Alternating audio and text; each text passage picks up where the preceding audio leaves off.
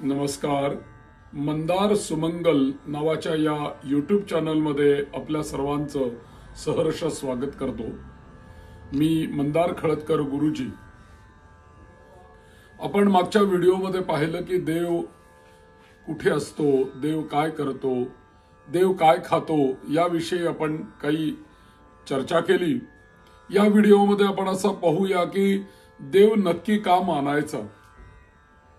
आपल्याकडे अनेक वेद, 4 वेद आहेत, 6 शास्त्र आहेत, 18 पुराण आहेत, अनेक सारे तपस्वी ऋषी आपल्याकडे होऊन गेले की ज्यांना आपण आपल्या सनातन धर्मामधले सगळेच लोक मानत असतात. आणि या सर्वांनी आपल्याला सांगितलेलं आहे की परमेश्वर आहे, देव आहे आणि तो देव हे सगळं पाहत असतो आणि देवाचीच सत्ता सर्वत्र चालते. आणि म्हणूनच या प्रत्येक क्षणाला, प्रत्येक गोष्टीला साक्षीभूत हा देवच आहे.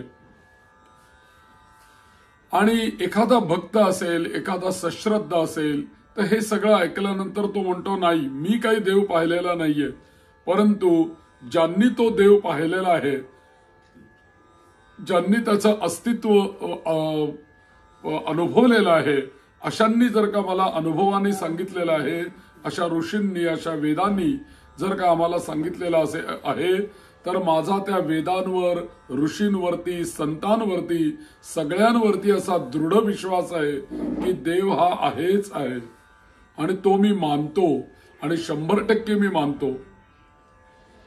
पण काही वेळेला अशी माणसं असतात विचार करणारी की ते म्हणतात यातली एकही गोष्ट आम्ही प्रमाण म्हणून मानणार नाही. यांनी जरी सगळ्यांनी आम्हाला सांगितलं की देव आहे तरी सुद्धा आम्ही असं मानत नाही की देव आहे म्हणून. आणि जो आम्ही मानत नाही, जो एकही प्रमाण म्हणून न मानणाऱ्या व्यक्तीला आता कसं पटवून सांगावं की देव आहे. देव नावाची काहीतरी गोष्ट या जगामध्ये आहे आणि तो मनुष्य असं सारखा आपल्याला म्हणत असतो की आम्ही त्या देवाला का मानावं की ज्याची मला स्वतःला अनुभूती नाहीये किंवा तो कसा आहे हे मला समजावून घेता येत नाही. तर आपण त्या अशा वेळेला कसा विचार केला पाहिजे भक्तांनी, याच्याविषयी एक छोटंसं चिंतन आपण करूया. कोणतीही गोष्ट प्रत्येक माणूस जेव्हा करतो तेव्हा त्या गोष्टी करत असताना, कार्य करत असताना, जीवन जगत असताना आपल्या आयुष्यामध्ये छोटे मोठे, लहान मोठे, चढ आणि उतार हे सगळ्यांच्या जीवनामध्ये असतातच असतात. आणि एखाद्या अशा संकटाच्या प्रसंगी जेव्हा आपल्याला धीर देणारा कोणीही मनुष्य नसतो, मी म्हणणारे जे असतात ते सगळे आपली साथ सोडून जातात आणि त्यावेळेला प्रत्येकाला असं मनामध्ये वाटतं की कोणी ना कोणीतरी शक्ती माझ्या मागे प्रचंड ताकदीने उभी आहे आणि त्यावेळेला ती शक्ती माझं रक्षण करते आहे अशी भावना निर्माण होते.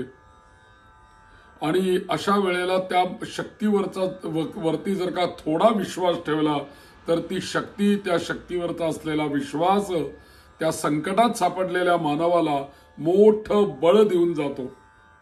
आणि कितीही जरी मोठं संकट आलं तरी त्या संकटाची मग मात्र भीती वाटत नाही. म्हणजे ज्या वेळेला आपणच पाहतो की आपल्या बरोबरचं कोणी आपल्याला मदत करत नाहीये, आपण हताश झालेलो आहोत, अशा वेळेला त्या देवाला जर का स्मरण केलं तर तो देव आपल्याला सर्व शक्तीनिशी मदत करतो आणि त्या देवावरती श्रद्धा ठेवल्यामुळे आपल्या मनामधली भीती सगळी निघून जाते.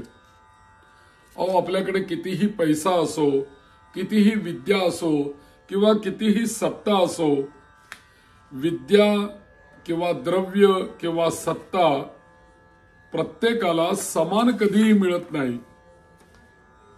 आणि मग त्याच्याविषयी काय होतं की द्वेष भावना निर्माण होते की अरे माझ्यापेक्षा याला जास्ती पैसे मिळतात, माझ्यापेक्षा अधिकार जास्ती याला प्राप्त होतोय आणि माझ्यापेक्षा सुद्धा सर्व काही याला जास्ती आहे आणि माझ्यापेक्षा हा जास्ती शिकलेला आहे, असा प्रकारचा मत्सर, द्वेष तयार होतो.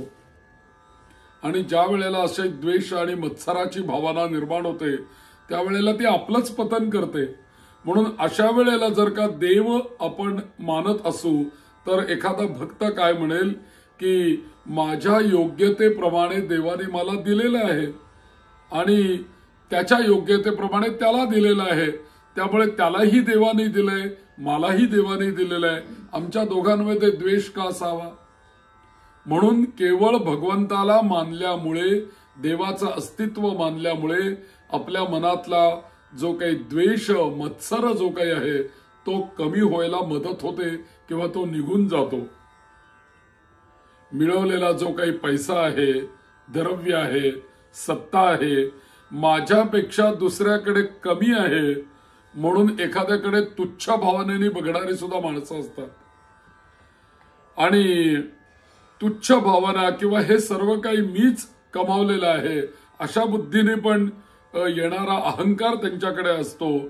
आणि मात्र अशा वेळेला जर का आपल्या मनामध्ये एकच विचार असेल की हे सर्व जे मला दिलेलं आहे आणि त्याला दिलेलं नाहीये, याला कारण देवच आहे, देवानी मला दिलेलं आहे, या एका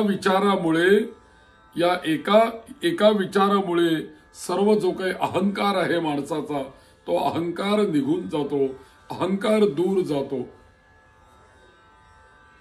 आपण जेव्हा एकांतात असतो तेव्हा एकांतात आपली जी वृत्ती असते आणि जो आपला मूळ स्वभाव असतो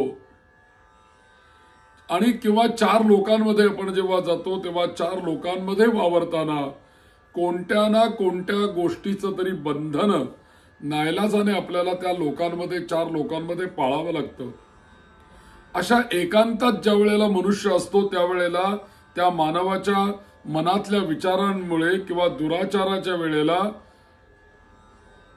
जर का त्याच्या मनामध्ये एक अशी भावना असेल की माझ्या जवळ आत्ता कोणीही जरी नसलं, मी एकटाच जरी असलो तरी सुद्धा तो देव माझ्यापासून वेगळा नाहीये, तो देव माझ्या जवळच आहे, नव्हे तर तो देव माझ्या हृदयात आहे आणि मी जे काही दुराचरण करतोय एकटा असताना कोणी मला आता पाहत नाहीये असा विचार करून मी जे दुराचरण करणार आहे त्याला हा पाहणारा माझ्या हृदयातला देवच आहे, अशी भावना ज्या वेळेला त्याच्या मनामध्ये येते म्हणजेच तो देव मानतो. त्यावेळेला आपोआपच गोष्ट आपल्याला सहज दिसून येते की एकांतामध्ये सुद्धा त्या भक्ताकडून पाप होत नाही, कारण तो देव मानतो. गरुड पुराणामध्ये असं दिलेलं आहे की गरुड पुराण आपल्याला असं सांगतं की अरे चित्रगुप्त हा सतत तुझ्यावरती लक्ष ठेवतोय. त्या चित्रगुप्ताचे काही हेर आहेत की जे तुला सतत पाहत असतात.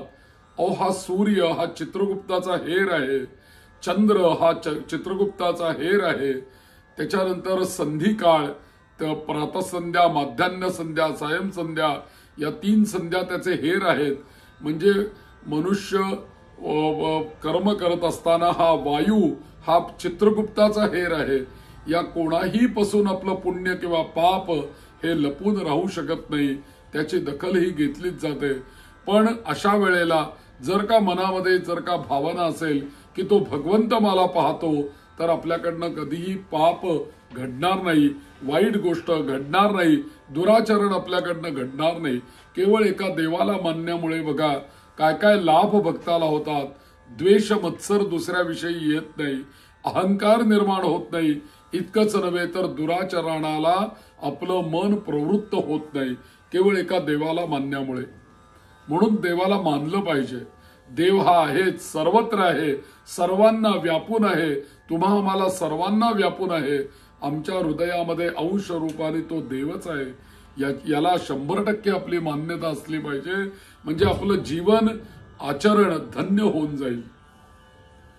आपल्या आजूबाजूला ज्या काही गोष्टी घडत असतात, या गोष्टी घडत असताना काही ना काहीतरी कारण त्या गोष्टींच्या मागे नक्की असतं आणि कोणत्या तरी कारणाने त्या गोष्टी घडत असतात आणि त्यामागे कर्ता कोणीतरी आहे आणि तो कर्ता कोण आहे तर तो कर्ता देव आहे. अशी जर का भावना आपल्या मनामध्ये असेल तर आपल्या जीवनामध्ये असलेले जे काही अतिरिक्त ताण, जे काही अशांती जी काही आहे, दुःख आहे,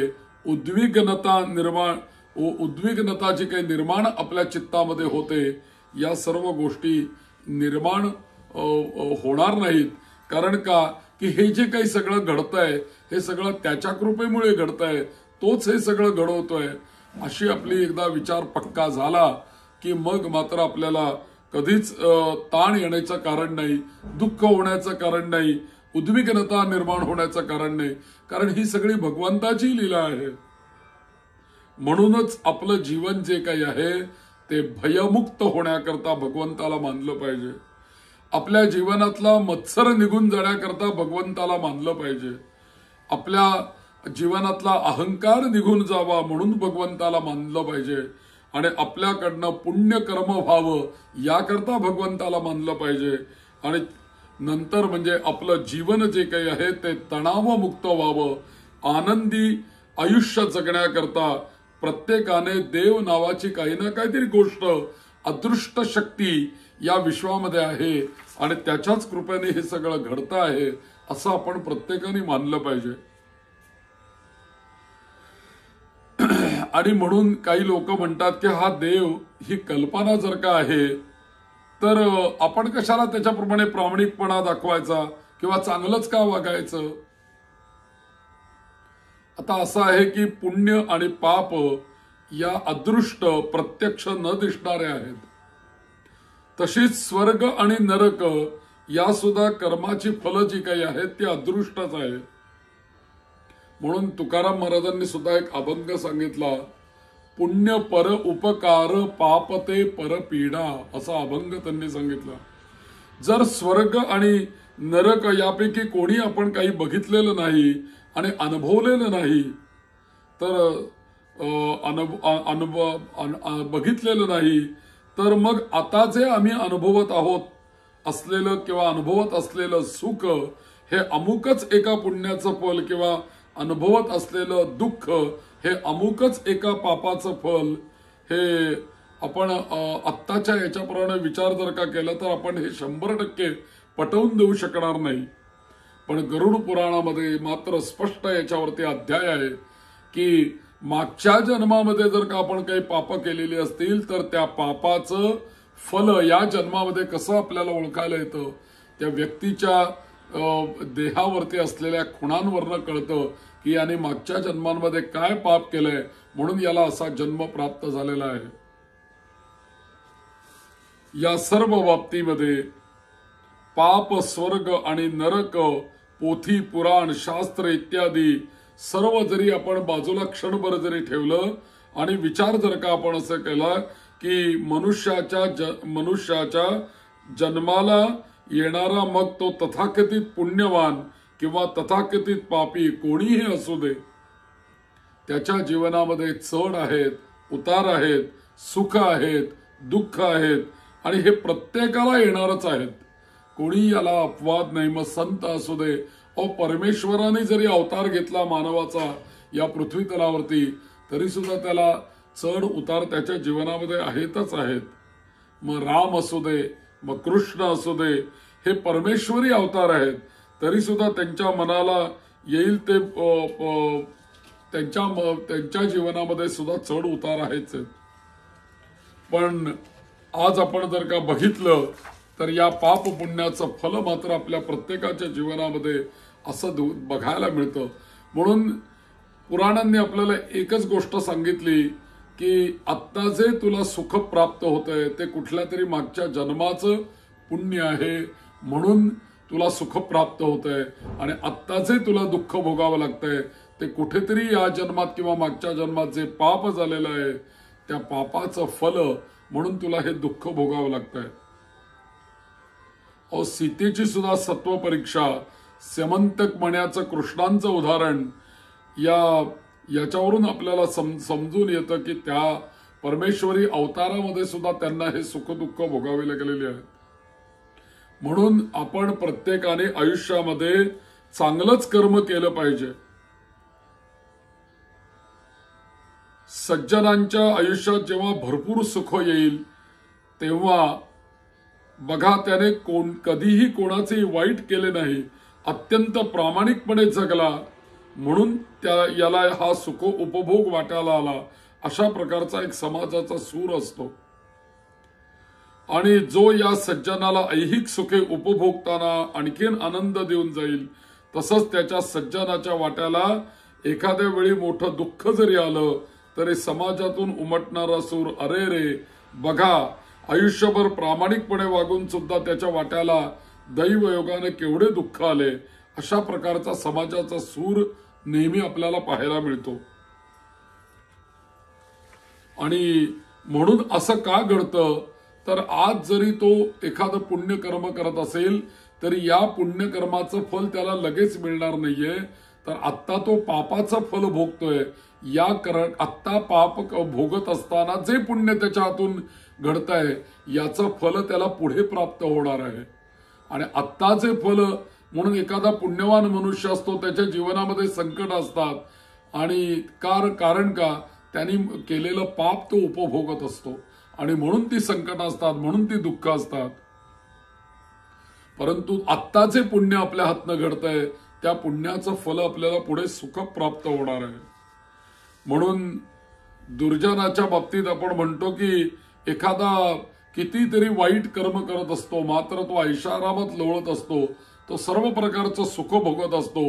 तिथे मात्र आपल्याला उलट म्हणता येतं की तो आत्ता पुण्याचं सुख फल उपभोगतो आहे आणि आत्ता जे तो पाप करतो आहे याचं फल त्याला नंतर भोगायचं आहे. आणि म्हणूनच सज्जन सुख आणि दुःखात नेहमी आनंदीच राहतात आणि दुर्जन हा त्या दोन्ही परिस्थितींमध्ये दुःखीच राहतो. असं म्हणून देव का मानायचा याच्याविषयी आपण काही चर्चा या व्हिडिओमध्ये केली. कारण देव आहे म्हणूनच या सगळ्या गोष्टी आहेत आणि देव आपल्याला पाहत असतो, देव ऐकत असतो, देव बोलत असतो, देव खात असतो. या सगळ्या गोष्टी आपल्याला संतांच्या या अभंगांवरनं किंवा चिंतनांवरनं आपल्या लक्षात येतात. एक चर्चा म्हणून या व्हिडिओमध्ये आपण एक विषय पाहिला. असेच माझ्या या YouTube चॅनलला आपण जोडलेले राहा. आपल्याला विषय आवडला तर आपण जरूर व्हिडिओ लाईक करावा आणि इतरांना तो व्हिडिओ जरूर शेअर करावा. माझा चॅनल आपण सबस्क्राईब केलेला नसेल तर जरूर सबस्क्राईब करावा, एवढीच विनंती. मंगलमूर्ती मोरया.